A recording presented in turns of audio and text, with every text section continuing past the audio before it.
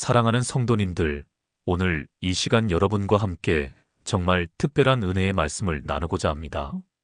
혹시 지금 이 순간 삶이 너무 무겁게 느껴지시나요? 매일 아침 눈을 뜨는 것조차 힘들고 하루하루가 그저 견디는 시간처럼 느껴지시나요? 직장에서의 스트레스, 가정에서의 갈등, 경제적인 어려움, 건강의 문제들이 마치 산처럼 여러분의 어깨를 짓누르고 있지는 않으신가요? 정말 솔직히 고백하자면 저 역시 목회를 하면서 수많은 성도님들의 눈물을 보아왔습니다. 새벽 기도회에 나와서 눈물로 기도하시는 분들, 상담실에서 더 이상 어떻게 살아야 할지 모르겠다고 고백하시는 분들, 그 모든 아픔과 고통을 저는 함께 나누어 왔습니다. 그런데 말입니다, 사랑하는 성도님들. 제가 오늘 여러분께 전하고 싶은 소식은 바로 이것입니다. 하나님의 말씀에는 정말로 우리의 마음과 삶을 변화시키는 능력이 있다는 것입니다. 그것도 단 며칠 만의 말입니다.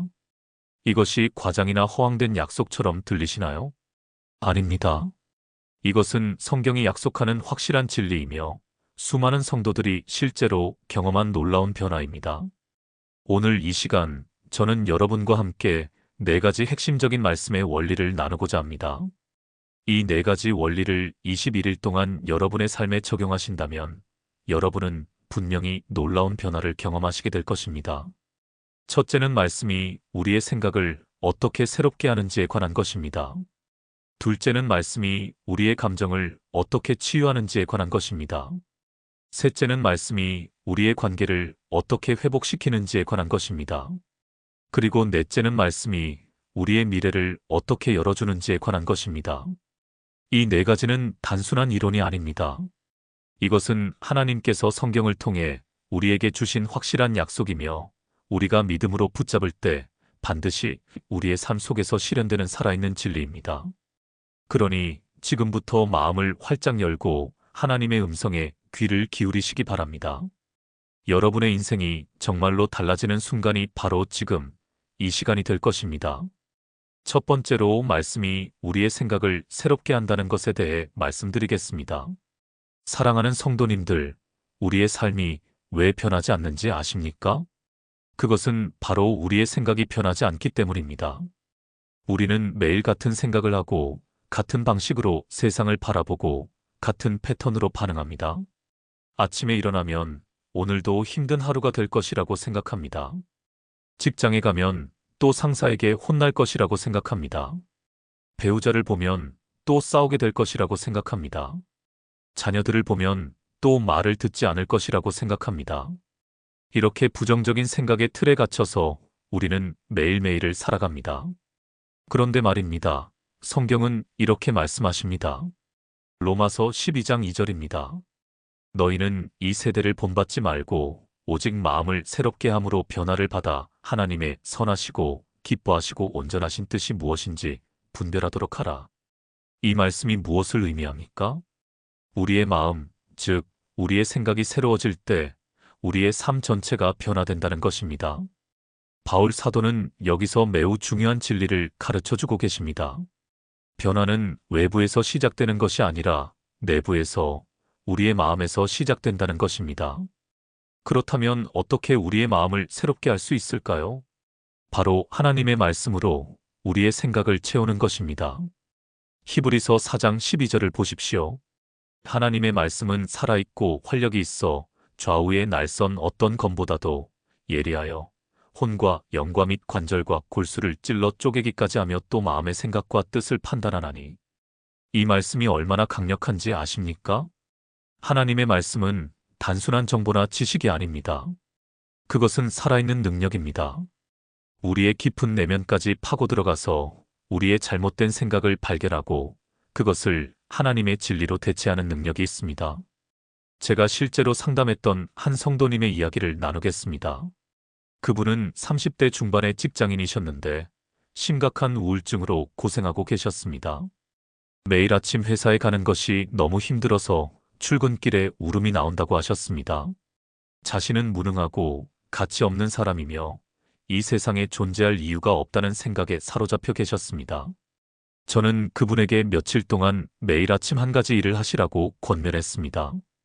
그것은 바로 시편 139편 13절부터 14절을 소리내어 읽고 그 말씀을 묵상하는 것이었습니다. 주께서 내 내장을 지으시며 나의 모태에서 나를 만드셨나이다. 내가 주께 감사함은 나를 지으심이 심히 기묘하심이라. 주께서 하시는 일이 기이함을 내 영혼이 잘 아나이다. 처음 며칠은 그분도 별 감흥이 없으셨다고 합니다. 그저 기계적으로 말씀을 읽었을 뿐입니다. 그런데 일주일이 지나자 조금씩 변화가 시작되었습니다. 말씀을 읽을 때마다 하나님께서 정말로 자신을 사랑하시고 자신을 특별하게 창조하셨다는 생각이 마음속에 조금씩 자리 잡기 시작한 것입니다. 2주가 지났을 때는 더 놀라운 일이 일어났습니다. 회사에서 실수를 했을 때 예전 같으면 나는 정말 무능한 사람이야 라고 생각했을 텐데 이번에는 하나님께서 나를 기묘하게 지으셨으니 이 실수도 배움의 기회가 될 거야 라는 생각이 자동으로 떠올랐다는 것입니다. 그리고 몇 일이 지났을 때 그분은 완전히 다른 사람이 되어 계셨습니다. 물론 여전히 힘든 상황들은 있었습니다. 하지만 그 상황을 바라보는 시각이 완전히 달라진 것입니다. 자신을 하나님의 작품으로 보는 새로운 생각이 그분의 마음속에 확고하게 자리 잡았고 그 생각이 그분의 감정과 행동 전체를 변화시켰습니다. 사랑하는 성도님들, 이것이 바로 말씀의 능력입니다. 우리가 매일 하나님의 말씀을 읽고 묵상하고 그 말씀을 우리의 생각 속에 심을 때 말씀은 우리의 낡은 생각을 새로운 생각으로 대체합니다. 나는 실패자야라는 생각이 나는 하나님의 사랑받는 자녀야로 바뀝니다. 나는 능력이 없어라는 생각이 내게 능력 주시는 자 안에서 내가 모든 것을 할 수 있어로 바뀝니다. 이것은 단순한 긍정적 사고가 아닙니다. 이것은 하나님의 진리에 근거한 영적인 변화입니다. 그러니 오늘부터 시작하십시오. 매일 아침 일어나서 가장 먼저 하나님의 말씀을 읽으십시오. 그 말씀을 마음속으로 되새기십시오. 하루 종일 그 말씀을 생각하십시오. 그렇게 며칠을 지속하십시오. 그러면 여러분은 분명히 놀라운 변화를 경험하시게 될 것입니다. 여러분의 생각이 바뀌고 여러분의 생각이 바뀌면 여러분의 삶 전체가 바뀌게 됩니다. 두 번째로 말씀이 우리의 감정을 치유한다는 것에 대해 말씀드리겠습니다. 사랑하는 성도님들, 우리가 살아가면서 가장 힘든 것 중 하나가 바로 감정의 문제입니다. 분노, 불안, 두려움, 슬픔, 좌절감, 이런 부정적인 감정들이 우리를 괴롭힙니다. 때로는 이런 감정들이 너무 강렬해서 우리를 완전히 압도해버립니다. 밤에 잠을 이루지 못하고 뒤척이게 만들고 낮에는 아무 일도 손에 잡히지 않게 만듭니다. 특히 요즘같이 불확실한 시대를 살아가면서 많은 분들이 불안과 두려움으로 고통받고 계십니다. 경제는 어떻게 될지, 일자리는 유지될 수 있을지, 자녀들의 미래는 어떻게 될지 이런 걱정들이 마음을 짓누릅니다. 그런데 놀라운 사실은 하나님의 말씀이 바로 이런 우리의 감정을 치유하는 능력이 있다는 것입니다. 시편 147편 3절을 보십시오. 그는 마음이 상한 자들을 고치시며 그들의 상처를 싸매시는도다. 이 말씀이 여러분의 마음에 얼마나 큰 위로가 되십니까? 하나님은 우리의 상한 마음을 고치시는 분입니다. 우리의 감정적 상처를 싸매주시는 분입니다. 그리고 그 치유의 통로가 바로 하나님의 말씀입니다. 예수님께서도 이 사실을 분명히 말씀하셨습니다. 요한복음 14장 27절입니다. 평안을 너희에게 끼치노니 곧 나의 평안을 너희에게 주노라. 내가 너희에게 주는 것은 세상이 주는 것과 같지 아니하니라. 너희는 마음에 근심하지도 말고 두려워하지도 말라. 예수님께서 우리에게 주시는 평안은 세상이 주는 평안과 다릅니다. 세상의 평안은 상황이 좋을 때만 유지되는 일시적인 평안입니다. 하지만 예수님께서 주시는 평안은 상황과 상관없이 우리 마음 깊은 곳에 자리 잡는 영원한 평안입니다. 그렇다면 어떻게 이 평안을 경험할 수 있을까요? 빌립보서 4장 6절부터 7절이 그 답을 제시합니다. 아무것도 염려하지 말고 다만 모든 일에 기도와 간구로 너희 구할 것을 감사함으로 하나님께 아뢰라. 그리하면 모든 지각에 뛰어난 하나님의 평강이 그리스도 예수 안에서 너희 마음과 생각을 지키시리라. 여기서 바울 사도는 우리에게 구체적인 방법을 알려주고 있습니다. 염려하지 말고 기도하고 감사하고 하나님께 아뢰라는 것입니다. 그러면 하나님의 평강이 우리의 마음과 생각을 지켜주신다는 것입니다. 제가 만났던 또 다른 성도님의 이야기를 나누겠습니다. 이분은 40대 초반의 가정주부셨는데 극심한 불안장애로 고통받고 계셨습니다. 자녀들이 학교에 가면 사고가 날까봐 불안했고, 남편이 출근하면 무슨 일이 생길까봐 불안했고, 심지어 집에 혼자 있을 때도 무슨 일이 생길까봐 불안해서 하루 종일 초조한 상태로 지내셨습니다. 병원에서 약을 처방받아 먹었지만 근본적인 해결은 되지 않았습니다. 저는 그분에게 며칠 동안 매일 3번, 아침, 점심, 저녁으로 빌립보서 4장 6절부터 7절의 말씀을 읽고 실천하시라고 권면했습니다. 구체적으로는 이렇게 하시라고 말씀드렸습니다. 불안한 생각이 들 때마다 그 순간 하나님께 기도로 아뢰고 지금까지 지켜주신 것에 대해 감사하고 앞으로도 지켜주실 것을 믿고 맡긴다는 고백을 하시라고 했습니다. 처음 일주일은 정말 힘드셨다고 합니다. 불안한 생각이 하루에도 수십 번씩 밀려왔고 그때마다 말씀을 붙잡고 기도하는 것이 쉽지 않았습니다. 하지만 포기하지 않고 계속하셨습니다. 그런데 신기한 일이 일어났습니다. 2주째 접어들면서 불안한 생각이 찾아올 때 예전처럼 그 생각에 완전히 사로잡히지 않게 된 것입니다. 아, 또 불안한 생각이 오는구나 하고 인식하고 즉시 말씀을 붙잡고 기도하면 마음에 평안이 찾아왔습니다.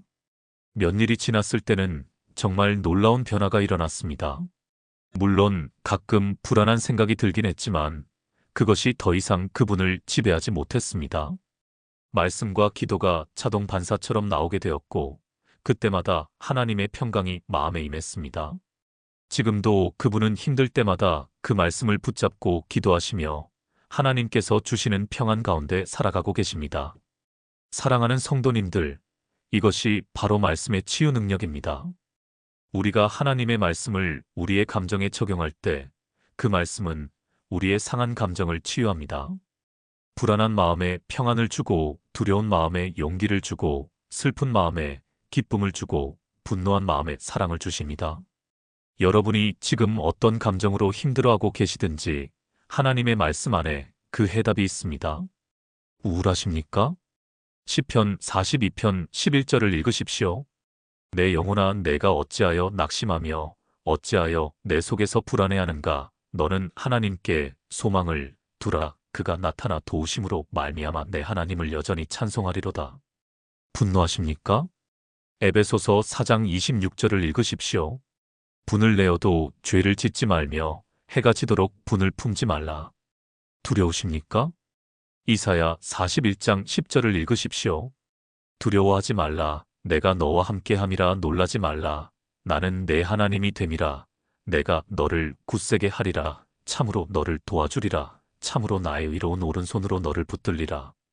이 말씀들을 단순히 한 번 읽고 마는 것이 아니라 며칠 동안 매일 반복해서 읽고 묵상하고 기도하십시오. 그 말씀을 여러분의 마음에 깊이 새기십시오. 그러면 그 말씀이 여러분의 감정을 치유하고 새로운 감정으로 채워주실 것입니다. 하나님의 말씀은 정말로 살아있고 활력이 있어서 우리의 깊은 감정까지도 변화시키는 능력이 있습니다. 세 번째로 말씀이 우리의 관계를 회복시킨다는 것에 대해 말씀드리겠습니다. 사랑하는 성도님들, 우리가 살아가면서 가장 큰 어려움 중 하나가 바로 관계의 문제입니다. 부부관계, 부모-자녀 관계, 직장에서의 동료 관계, 친구 관계, 교회 안에서의 성도 간의 관계, 이 모든 관계들이 때로는 우리에게 큰 상처와 고통을 줍니다. 말 한마디 때문에 상처받고 행동 하나 때문에 오해가 생기고 그렇게 관계가 깨지고 멀어집니다.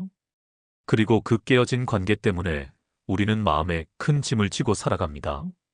특히 가장 가까운 사람들과의 관계가 깨졌을 때 그 고통은 말로 표현할 수 없이 큽니다.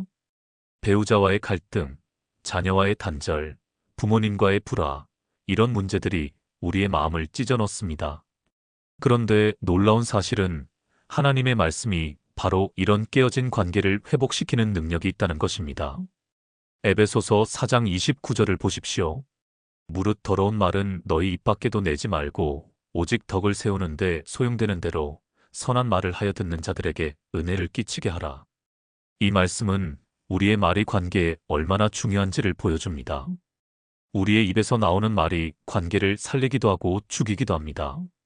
비난하고 정죄하는 말은 관계를 파괴하지만 덕을 세우는 선한 말은 관계를 회복시킵니다.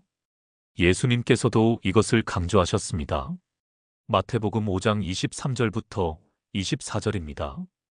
그러므로 예물을 제단에 드리려다가 거기서 내 형제에게 원망 들을 만한 일이 있는 것이 생각나거든 예물을 제단 앞에 두고 먼저 가서 형제와 화목하고 그 후에 와서 예물을 드리라. 이 말씀이 얼마나 강력한지 아십니까? 예수님은 하나님께 예배드리는 것보다 형제와의 관계를 회복하는 것을 먼저 하라고 말씀하십니다. 그만큼 관계의 회복이 중요하다는 것입니다. 그리고 하나님께서는 우리가 관계를 회복할 수 있도록 구체적인 방법도 가르쳐 주십니다. 골로새서 3장 12절부터 14절입니다. 그러므로 너희는 하나님이 택하사 거룩하고 사랑받는 자처럼 긍휼과 자비와 겸손과 온유와 오래 참음을 옷 입고 누가 누구에게 불만이 있거든 서로 용납하여 피차 용서하되 주께서 너희를 용서하신 것 같이 너희도 그리하고 이 모든 것 위에 사랑을 더하라. 이것은 온전하게 매는 띠니라. 여기서 바울 사도는 관계 회복의 핵심 요소들을 제시합니다. 긍휼, 자비, 겸손, 온유, 오래 참음, 용납, 용서, 그리고 사랑입니다. 이것들이 바로 깨어진 관계를 회복시키는 영적인 도구들입니다. 제가 상담했던 한 부부의 이야기를 나누겠습니다. 이 부부는 결혼한 지 10년이 되었지만 사실상 이혼 직전까지 갔었습니다. 서로에 대한 불평과 불만이 가득했고 대화를 해도 항상 다툼으로 끝났습니다. 남편은 아내가 자신을 존중하지 않는다고 불평했고 아내는 남편이 자신을 사랑하지 않는다고 불평했습니다. 두 사람 모두 지쳐 있었고 관계를 회복할 수 있을지 회의적이었습니다. 저는 이 부부에게 며칠 동안 한 가지 실험을 해보자고 제안했습니다.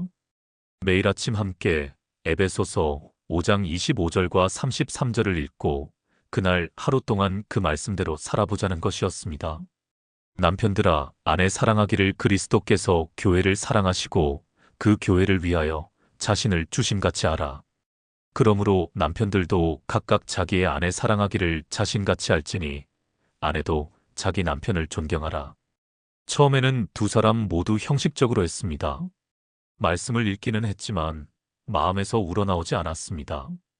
그런데 일주일이 지나면서 조금씩 변화가 시작되었습니다. 남편은 아내를 사랑한다는 것이 무엇인지 진지하게 생각하기 시작했습니다. 말씀에서는 그리스도께서 교회를 위해 자신을 주신 것처럼 사랑하라고 했는데 자신은 과연 그렇게 했는가를 돌아보게 되었습니다. 아내는 남편을 존경한다는 것이 무엇인지 생각하기 시작했습니다. 말씀에서는 남편을 존경하라고 했는데 자신은 오히려 남편을 무시하고 비난하지 않았는가를 돌아보게 되었습니다. 2주째 되었을 때는 더 놀라운 일이 일어났습니다. 남편이 먼저 아내에게 그동안 사랑하지 못해서 미안하다고 진심으로 사과했습니다. 그리고 앞으로는 정말로 그리스도께서 교회를 사랑하신 것처럼 아내를 사랑하겠다고 고백했습니다. 아내도 눈물을 흘리며 그동안 남편을 존경하지 않고 무시했던 것을 회개했습니다. 몇 일이 지났을 때 이 부부는 완전히 다른 부부가 되어 있었습니다. 물론 여전히 의견 차이나 갈등은 있었습니다. 하지만 그것을 대하는 태도가 완전히 달라졌습니다. 서로를 비난하고 공격하는 대신 사랑하고 존경하려고 노력했습니다. 그리고 무엇보다 매일 아침 함께 말씀을 읽고 기도하는 것이 습관이 되었습니다. 지금도 이 부부는 행복하게 잘 살고 계십니다. 사랑하는 성도님들, 이것이 바로 말씀이 관계를 회복시키는 능력입니다. 우리가 하나님의 말씀대로 살려고 노력할 때 그 말씀이 우리의 관계를 변화시킵니다. 자녀와의 관계가 어렵습니까? 에베소서 6장 4절을 읽으십시오. 또 아비들아, 너희 자녀를 노엽게 하지 말고 오직 주의 교훈과 훈계로 양육하라. 부모님과의 관계가 힘듭니까? 출애굽기 20장 12절을 읽으십시오. 내 부모를 공경하라 그리하면 내 하나님 여호와가 내게 준 땅에서 내 생명이 길리라. 직장 동료와의 관계가 어렵습니까? 로마서 12장 18절을 읽으십시오. 할 수 있거든 너희로서는 모든 사람과 더불어 화목하라. 원수 같은 사람이 있습니까? 마태복음 5장 44절을 읽으십시오. 나는 너희에게 이르노니 너희 원수를 사랑하며 너희를 박해하는 자를 위하여 기도하라. 이 말씀들을 며칠 동안 매일 읽고 묵상하고 실천하십시오. 처음에는 어색하고 힘들 수 있습니다. 하지만 포기하지 마십시오. 계속 말씀을 붙잡고 실천하십시오. 그러면 여러분은 분명히 관계의 회복을 경험하시게 될 것입니다. 말씀이 여러분의 마음을 변화시키고 여러분의 태도를 변화시키고 결국 여러분의 관계를 변화시킬 것입니다. 네 번째로 말씀이 우리의 미래를 열어준다는 것에 대해 말씀드리겠습니다. 사랑하는 성도님들, 우리 모두는 미래에 대한 꿈과 비전이 있습니다. 더 나은 삶을 살고 싶고, 더 성공하고 싶고, 더 행복하고 싶고, 더 의미 있는 일을 하고 싶습니다. 하지만 현실은 그렇게 녹록지 않습니다. 경제적인 어려움, 건강의 문제, 능력의 한계, 환경의 제약, 이런 것들이 우리의 앞길을 가로막습니다. 그래서 많은 분들이 미래에 대해 희망을 잃고 그저 하루하루를 버티며 살아갑니다. 꿈을 꾸는 것조차 사치처럼 느껴집니다. 그런데 말입니다. 하나님의 말씀은 우리에게 전혀 다른 관점을 제시합니다. 하나님께서는 우리 각자에게 특별한 계획과 목적을 가지고 계신다는 것입니다. 예레미야 29장 11절을 보십시오. 여호와의 말씀이니라 너희를 향한 나의 생각을 내가 아나니 평안이요 재앙이 아니니라 너희에게 미래와 희망을 주는 것이니라. 이 말씀이 여러분의 마음에 어떻게 들리십니까? 하나님은 우리를 향한 생각을 가지고 계십니다. 그것도 평안의 생각이요 미래와 희망을 주는 생각입니다. 우리가 아무리 어려운 상황에 있어도 하나님께서는 우리의 미래에 대한 좋은 계획을 가지고 계십니다. 잠언 3장 5절부터 6절도 이것을 확증합니다. 너는 마음을 다하여 여호와를 신뢰하고 내 명철을 의지하지 말라. 너는 범사에 그를 인정하라 그리하면 내 길을 지도하시리라. 우리가 하나님을 신뢰하고 인정할 때 하나님께서 우리의 길을 지도하신다는 약속입니다. 우리 스스로의 명철이나 능력으로는 미래를 개척할 수 없지만 하나님께서 우리와 함께 하시면 불가능한 일이 가능해집니다. 바울 사도도 이것을 경험했습니다. 빌립보서 4장 13절입니다. 내게 능력 주시는 자 안에서 내가 모든 것을 할 수 있느니라. 이 말씀은 단순한 긍정적인 선언이 아닙니다. 이것은 하나님의 능력에 대한 확신에서 나온 믿음의 고백입니다. 우리 자신의 능력으로는 할 수 없는 일도 하나님께서 능력을 주시면 할 수 있다는 것입니다. 제가 만났던 한 청년의 이야기를 나누겠습니다. 이 청년은 20대 후반이었는데 대학을 졸업하고 취업을 준비하던 중이었습니다. 수십 군데의 회사에 지원했지만 계속 떨어졌고 점점 자신감을 잃어가고 있었습니다. 주변 친구들은 다 좋은 직장에 취직했는데 자신만 남아있다는 생각에 우울하고 절망적이었습니다. 부모님께도 죄송하고 자신의 미래가 너무 막막했습니다. 저는 이 청년에게 며칠 동안 매일 아침 3가지 말씀을 읽고 기도하라고 권면했습니다.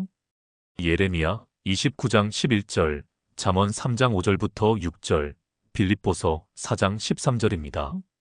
그리고 이 말씀들을 바탕으로 하나님께 자신의 미래를 맡기고 하나님께서 인도하시는 길로 가겠다고 기도하라고 했습니다. 처음 일주일은 여전히 불안하고 초조했다고 합니다. 말씀을 읽고 기도는 했지만 상황이 변하지 않으니 답답했습니다.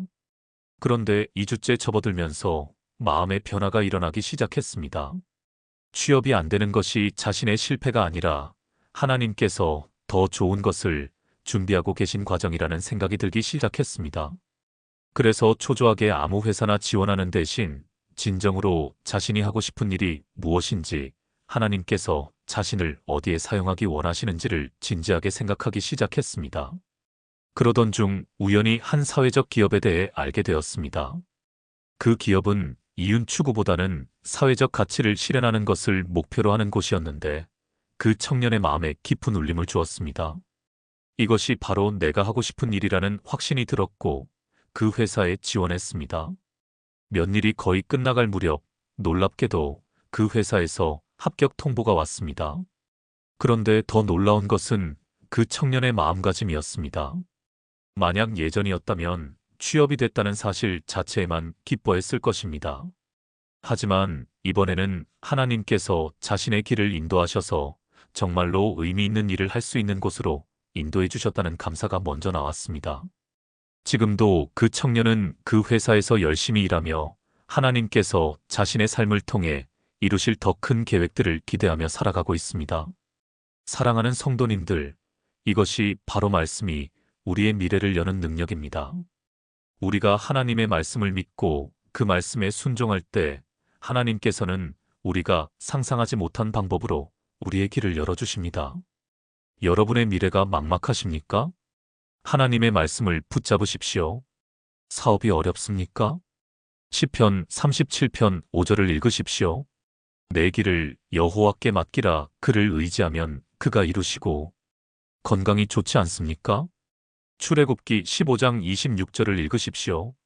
이르시되 너희가 너희 하나님 나 여호와의 말을 들어 순종하고 내가 보기에 의를 행하며 내 계명에 귀를 기울이며 내 모든 규례를 지키면 내가 애굽 사람에게 내린 모든 질병 중 하나도 너희에게 내리지 아니하리니 나는 너희를 치료하는 여호와임이라. 경제적으로 어렵습니까? 빌립보서 4장 19절을 읽으십시오. 나의 하나님이 그리스도 예수 안에서 영광 가운데 그 풍성한 대로 너희 모든 쓸 것을 채우시리라. 자녀의 미래가 걱정되십니까? 잠언 22장 6절을 읽으십시오. 마땅히 행할 길을 아이에게 가르치라. 그리하면 늙어도 그것을 떠나지 아니하리라. 이 모든 말씀들은 단순한 약속이 아닙니다. 이것은 하나님의 확실한 보증입니다.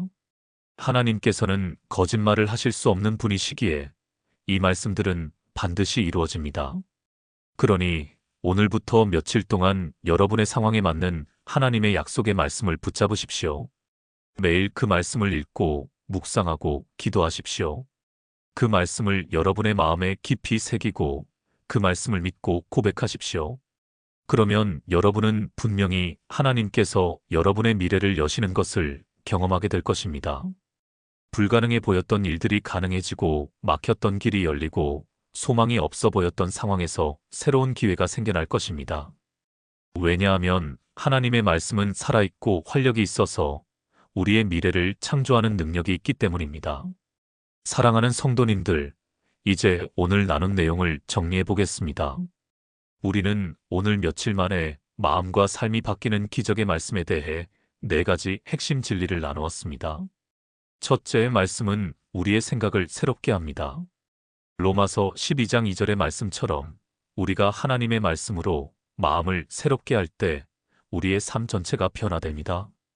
부정적인 생각이 긍정적인 생각으로, 절망적인 생각이 희망적인 생각으로 바뀝니다.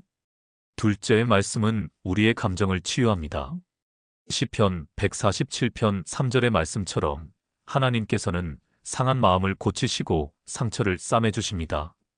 불안, 두려움, 분노, 슬픔, 이런 부정적인 감정들이 평안, 용기, 사랑, 기쁨으로 바뀝니다. 셋째 말씀은 우리의 관계를 회복시킵니다. 에베소서 4장 29절의 말씀처럼 우리가 덕을 세우는 선한 말을 할 때 깨어진 관계가 회복됩니다. 부부관계, 부모자녀 관계, 친구관계, 동료관계, 모든 관계가 말씀을 통해 회복될 수 있습니다. 넷째 말씀은 우리의 미래를 열어줍니다. 예레미야 29장 11절의 말씀처럼 하나님께서는 우리를 향한 계획을 가지고 계시며 그것은 평안과 미래와 희망을 주는 계획입니다. 우리가 하나님의 말씀을 믿고 순종할 때 하나님께서 우리의 길을 열어주십니다. 이 4가지는 단순한 이론이나 교훈이 아닙니다. 이것은 하나님께서 성경을 통해 우리에게 주신 확실한 약속이며 우리가 믿음으로 실천할 때 반드시 경험하게 되는 살아있는 진리입니다. 그렇다면 지금 어떻게 하시겠습니까? 오늘 이 말씀을 듣고 그저 좋은 설교였다고 생각하며 지나가시겠습니까?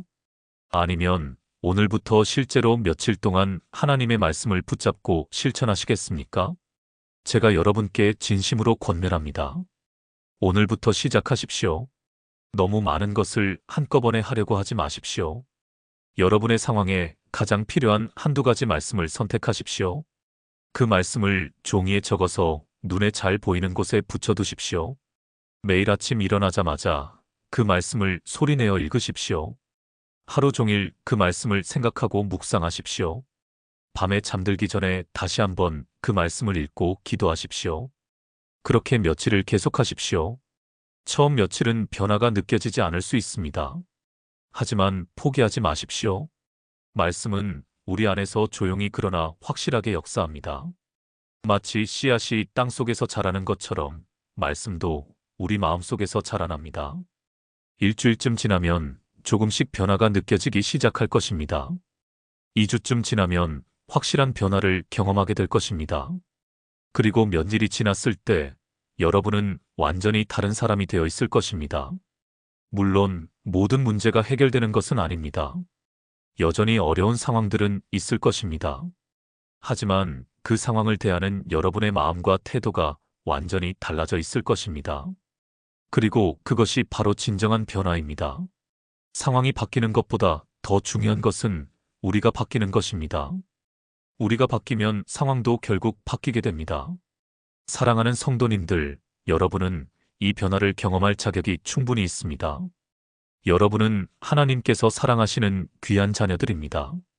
하나님께서는 여러분이 풍성한 삶을 살기를 원하십니다. 그리고 그 풍성한 삶의 열쇠가 바로 하나님의 말씀입니다. 제가 목회를 하면서 수많은 성도님들이 말씀을 통해 변화되는 것을 보았습니다. 절망 가운데 있던 사람이 희망을 회복했습니다.